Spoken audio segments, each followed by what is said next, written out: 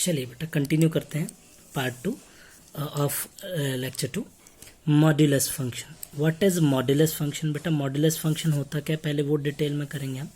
Modulus function is f of x equal to mod of x. Mod पता है सबको, तो मॉड मेरे को बताने की जरूरत नहीं पड़नी चाहिए आपको ना। मॉड ऑफ एक्स क्या होता है? Y equal to mod of x. तो बेटा यहाँ पे -3 वैल्यू पुट करो। अगर x की वैल्यू -3 का पुट करते हो, -3 का मॉड कितना आता है? 3 है ना, सबको पता है 3 आता है। अगर -2 वैल्यू पुट कर रहा हूँ इधर, तो -2 का मॉड कितना आता है? 2। अगर -1 पुट कर रहा हूँ वैल्यू तो 1। अगर 0 पुट कर रहा हूँ तो 0। 0 का मॉड 0 ना, 1 का मॉड 1, 2 का mod 2 and so not like this. 3 का मॉड कितना आएगा बेटा? 2 का मॉड आएगा 2 और 3 का मॉड कितना आएगा बेटा? 3। Easy. So what you have to do is see, आपने क्या करना है बेटा, आपने करना है ऐसा कुछ, देखो -3 के लिए 3 एफ ऑफ एक्स की वैल्यू कितनी है? -3। तो -3 एफ ऑफ एक्स की वैल्यू, -3 के लिए कितनी वैल्यू आ रही है हमारे पास? 3। ऐसे ही -4 के लिए -4 आएगी, -2 के लिए 2, -1 के लिए 1 एंड 0 के लिए 0, 1 के लिए 1, 2 के लिए 2, 3 के लिए 3। इसी ऑर्डर में चलेगा बेटा, 3 के लिए 3 अप्रॉक्सीमेटली ये थोड़ा सा नीचे होगा, कोई दिक्कत नहीं है। तो ग्राफ क्या बना बेटा? हमारे पास ये बन गया मॉड्यूलस फंक्शन का प्रॉपर वाला ग्राफ। 3 के लिए 3 ऐसे हो गया, जैसे ये आ गया। थोड़ा डार्क कर देता हूँ मैं इसको, सो दैट आपको क्लियर हो। ये मॉड ऑफ एक्स का ग्राफ बन गया बेटा। सो सिंपली ग्राफ क्या होगा मॉड ऑफ एक्स का? अगर किसी ने पूछा ये और ये, दैट्स इट, ये और ये, सिंपल। ओके, ये मॉड ऑफ एक्स का ग्राफ है। ये कौन सी एक्सेस है बेटा हमारे पास? ये है एक्स एक्सेस, और ये कौन सी एक्सेस है हमारे पास? Y axis. Simple. Next is, आगे चलते हैं बेटा। मॉड ऑफ एक्स हो गया। अब है ग्रेटेस्ट इंटीजर फंक्शन। इसको थोड़ा सा समझाना पड़ेगा बेटा मेरे को आपको। ग्रेटेस्ट इंटीजर फंक्शन, इसे जिंट फंक्शन भी बोलते हैं, GINT, जिंट, ग्रेटेस्ट इंटीजर फंक्शन। पहले इसका मीनिंग समझते हैं, इसलिए मैंने थोड़ा सा स्पेस छोड़ा हूं इधर।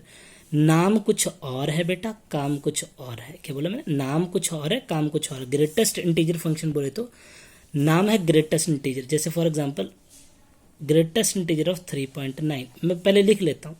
Greatest integer of -4.6, greatest integer of 3.2, greatest integer of -17.99। नाम कुछ और, काम कुछ और। अगर ग्रेटेस्ट इंटीजर सीधे इंटीजर का हो, या ग्रेटेस्ट इंटीजर सीधे 3 का या -3 का हो, तो क्या होगा ना, ये सारे एग्जाम्पल की हेल्प से हम इस कंक्लूजन पे पहुंच जाएंगे कि ग्रेटेस्ट इंटीजर क्या होता है। तो 3.9 मैंने बोला नाम कुछ और, काम कुछ और। 3.9 का ग्रेटेस्ट इंटीजर 3, नाम कुछ और, काम कुछ और। पीछे वाला इंटीजर लिखना है आपने। क्या? पीछे वाला इंटीजर। -4.6 के पीछे वाला -4 नहीं है, -5 है। 1 का ग्रेटेस्ट इंटीजर खुद 1, मतलब ग्रेटेस्ट इंटीजर। इसमें से ग्रेटेस्ट इंटीजर पीछे वाला इंटीजर 3, ये -18, कुछ 17, -17 लिखेंगे इसको। -3 का ग्रेटेस्ट इंटीजर बेटा खुद -3। Getting my point? तो इसका ग्राफ बनाने के लिए बेसिकली क्या करना पड़ेगा बेटा आपको? ग्रेटेस्ट इंटीजर का ग्राफ बनाने के लिए देखो, आपने कंक्लूजन निकाला कि चाहे जो मर्जी वैल्यू हो, 1 से लेके, देखो ध्यान से, अगर 1 से लेके 0 तक की कोई भी वैल्यू रखते हो आप, मैं इधर बना देता हूँ एक बार। F of x is equal to gint of X. अगर मैं जिंट ऑफ 0.1 का निकालता हूँ तो वो कितना आता है बेटा? 0, है ना। 0.1 का ग्रेटेस्ट इंटीजर। और अगर 0.9 का निकालता हूँ तब वो भी कितना आता है? 0। तो कंक्लूजन क्या निकला? 1 को छोड़ के बाकी सबका ग्रेटेस्ट इंटीजर कितना आएगा? आंसर कितना आएगा? 0। 1 को छोड़ के बाकी सबका ग्रेटेस्ट इंटीजर कितना आएगा? 0। अब आओ 2 से लेके इधर तक के इंटीजर, अगर 2 से लेके 1 तक इंटीजर होंगे तो 1 को थोड़ा डार्क कर देना, 1 को थोड़ा डार्क कर देना, इस वाले को 1 इंक्लूड होगा। मतलब 1 से लेके 2 तक की जो मर्जी वैल्यू पुट करो। फॉर एग्जांपल 1 पुट करोगे तो आंसर कितना आएगा? 1, खुद 1 आएगा ना, आंसर ही है बेटा, आंसर वाई एक्सेस है, 1 आएगा। अगर 1.999 पुट करोगे तब भी आंसर कितना आएगा एक्सेस पे? ये आंसर है, ये आंसर है हमारे पास। अगर 3 के लिए जाते हैं बेटा तो ये आएगा, ऐसे करके इसको डार्क कर देना और 3 वाले को ओपन रखना, ये आ गया 3 वाला। अगर 4 वाले की बात करते हैं तो आंसर 4 वाले के लिए कितना आएगा? आंसर आएगा 3। तो कहाँ तक? 4 तक। Like this will keep on moving like this. यहाँ से ये आएगा 4, ये आएगा 4 और ये आएगा इधर, ये डार्क होगा बेटा, और ये रहेगा इधर तक, ये इधर तक, ठीक है, 5। है ना। आगे बात समझ में बेटा, ये डार्क कर दीजिएगा, ये भी थोड़ा डार्क कर दीजिएगा, ये डार्क कर दीजिएगा, ये सर्कल ओपन रहेगा। आप बोलोगे सर क्यों? क्योंकि बेटा 5 नहीं कर सकते ना, 5 के ग्रेटेस्ट इंटीजर तो 5 होगा तो ऊपर चला जाएगा, इसलिए ये वाला सर्कल गोला रहेगा, मतलब 5 इंक्लूड नहीं होगा, 5 के पीछे वाला कोई भी इंटीजर इंक्लूड हो सकता है। Simple for this. इसके लिए भी वैसे ही बेटा, ये ओपन, ये वाला क्लोज, ये वाला ओपन, ये वाला क्लोज। इधर भी वैसी चीज़ चलेगी, ये वाला ओपन, ये वाला क्लोज। इधर भी ऐसी चीज़ चलेगी, ये वाला ओपन, ये वाला क्लोज। तो ये आ गया जेंट का ग्राफ, ग्रेटेस्ट इंटीजर फंक्शन का ग्राफ। इसको बेटा दोबारा से वीडियो देखिएगा, मैं फिर से रिपीट कर देता हूँ कि 0 से 1 तक का इंटीजर एक्सेप्ट 1, 0 से मतलब इसका मतलब ये डिटेल में बता रहा हूँ, x की वैल्यू 0 से लेके 1 तक, नॉट इंक्लूडिंग 1। आंसर क्या आएगा बेटा? 0। ठीक है, आंसर आएगा 0। आंसर क्या आने वाला है इसका? 0। मतलब जो y की वैल्यू आएगी वो आएगा 0। अगर x की वैल्यू 1 से लेके 2 तक हो गई, आंसर क्या आने वाला है? 1। मतलब पीछे वाला ले लेना, सीधी बात है। तो ये आ गया ग्रेटेस्ट इंटीजर फंक्शन का कंप्लीट डिस्कशन। अब आते हैं बेटा, ये सातों के सातों ग्राफ हमारे हुए कंप्लीट। ये 7th वन था बेटा, ये 7th वन था, ये देख पा रहे हो आप, दिस इज 7th वन। अब आते हैं addition and subtraction, addition subtraction multiplication, addition subtraction multiplication and division of function. किस तरह से होता है बेटा एडिशन किसी फंक्शन का, मल्टीप्लिकेशन कैसे होता है, डिवीजन कैसे होता है, वो मैं आपको बता रहा हूँ। तो देखो एफ ऑफ एक्स ये दे रखा है बेटा, जी ऑफ एक्स ये दे रखा है। अगर ऐड करना है दो फंक्शंस को तो f of x plus g of x लिखोगे। अगर सब्ट्रैक्ट करना है दो फंक्शन को तो f of x minus g of x लिखोगे। अगर मल्टीप्लाई करना है बेटा दो फंक्शन को तो f of x into g of x लिखोगे। अगर बेटा यही चीज़ डिवाइड करनी है फंक्शन की तो f of x upon g of x लिखोगे, वेरी ऑब्वियस। तो f of x plus g of x की वैल्यू आएगी x square plus 2x plus 1। Simple, very simple. आपने दोनों फंक्शन को चुपचाप ऐड कर देना है, आपने दोनों फंक्शन को चुपचाप सब्ट्रैक्ट कर देना है, आपने दोनों फंक्शन को चुपचाप मल्टीप्लाई कर देना है, आपने दोनों फंक्शन को चुपचाप डिवाइड कर देना है। Are you getting my point? ये आ गया हमारे पास division, addition and multiplication of all the functions. अगर अब आप इसको बोलोगे सर इसको आगे सॉल्व करना है, कर सकते हो कंफर्टेबली।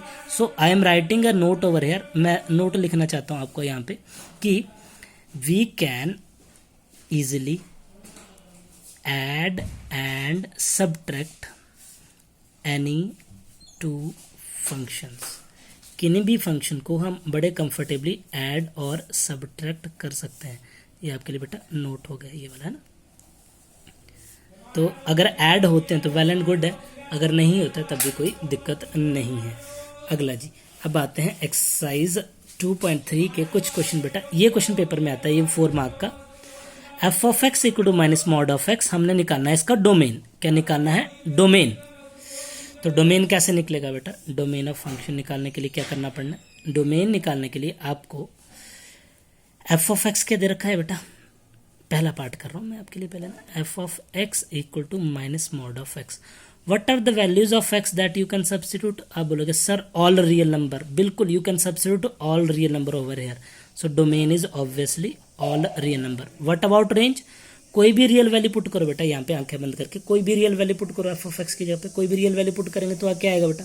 रियल वैल्यू का mod real value minus real value, तो negative of real number. In certain books it is written as negative real number. ये ऐसे या ऐसे लिखा जा सकता है, कोई भी मेरे से दोबारा नहीं पूछेगा इस क्वेश्चन को कि आर नेगेटिव लिखा है या माइनस आर लिखा है एनसीईआरटी में, तो वो एक ही चीज़ है। ये 1 नंबर में आ सकता है। अब बेटा 4 नंबर का क्वेश्चन कैसे रहेगा वो मैं आपको बता रहा हूँ, ठीक है। 4 मार्कर क्वेश्चन है हमारे पास। सेकंड पार्ट इसका, f of x is equal to root of 9 minus x square. F of x equal to root of 9 minus x square. तो सबसे पहले आप हेडिंग डालेंगे बेटा डोमेन, क्या हेडिंग डालेंगे? डोमेन। डोमेन हेडिंग डालने पे ही आप क्या करोगे? देखो डोमेन रूट के अंदर जो नंबर होना चाहिए बेटा पॉजिटिव होना चाहिए। 9 minus x square should be greater than equal to 0। Positive होगा तभी तो एग्जिस्ट करेगा, अदरवाइज तो रियल नंबर से बिलोंग ही नहीं करना इसने।